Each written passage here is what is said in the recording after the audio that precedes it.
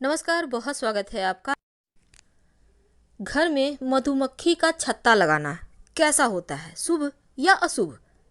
देखिए, मधुमक्खी का छत्ता के बारे में हम विस्तार से जानते हैं। मधुमक्खी वैसे तो जहाँ भी रहती है छत्ता बनाकर ही रहती है, और उसमें एक रानी माँ होती है और कुछ नर होते हैं, बाकी सब श्रमिक होते हैं।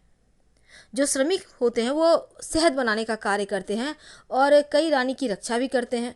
अब इनका छत्ता मोम से बना होता है। और मधुमक्खियों की वैसे तो हम और बातें, चलिए हम जानते हैं, सीधे मुद्दे पे आते हैं। देखिए, आयुर्वेद में कहा गया है कि शहद का प्रयोग कई प्रकार की दवाओं को बनाने में किया जाता है।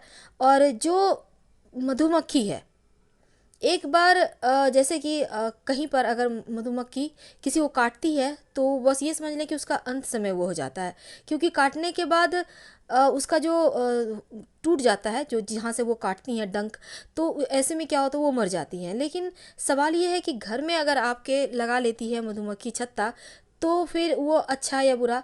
अब ये सवाल का जवाब अगर हम जाने तो घर के अंदर आपको मधुमक्खी के छत्ते मिल ही जाएंगे। बहुत सारे घरों में लगा लेती है। अब ये छत्ता आप के अगर पास की एक बड़ी ज़मीन पर है, उसके अंदर दो मधुमक्खी के छत्ते हैं, यानी आपने देखा होगा एक के साथ एक और छत्ता होता है, तो ये अच्छे होते हैं। लेकिन दूसरी तरफ कई बार ये भी होता है कि मधुमक्खी का छत्ता आपके घर में है, आपने ध्यान नहीं दिया, कहीं छज्जे में लगा लिया, किसी पेड़ में लगा लिया, तो कहा जाता है कि ये गरीबी को न्योता देना है, क्योंकि इसका मतलब है आपके घर के अंदर गरीबी आएगी और आप जो भी कार्य करेंगे उसमें सफलता नहीं मिलेगी। यदि आपके घर में मधुमक्खी का छत्ता है तो तुरंत इसको हटवाइए, क्योंकि ये खराब किस्मत का कारण है।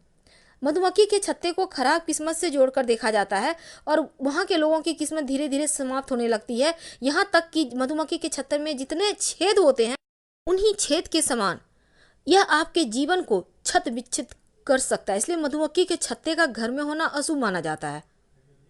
तो मधुमक्खी के छत्ते अगर घर में है तो तुरंत उनको बाहर का रास्ता दिखाएं।